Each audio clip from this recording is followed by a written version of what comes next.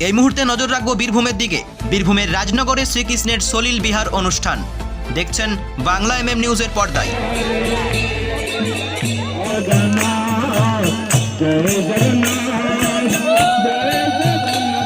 ইসকনের পক্ষ থেকে রাজনগর নামহট্টের উদ্যোগে ঐতিহাসিক কালীদহে শ্রীকৃষ্ণের সলিল বিহার অনুষ্ঠান।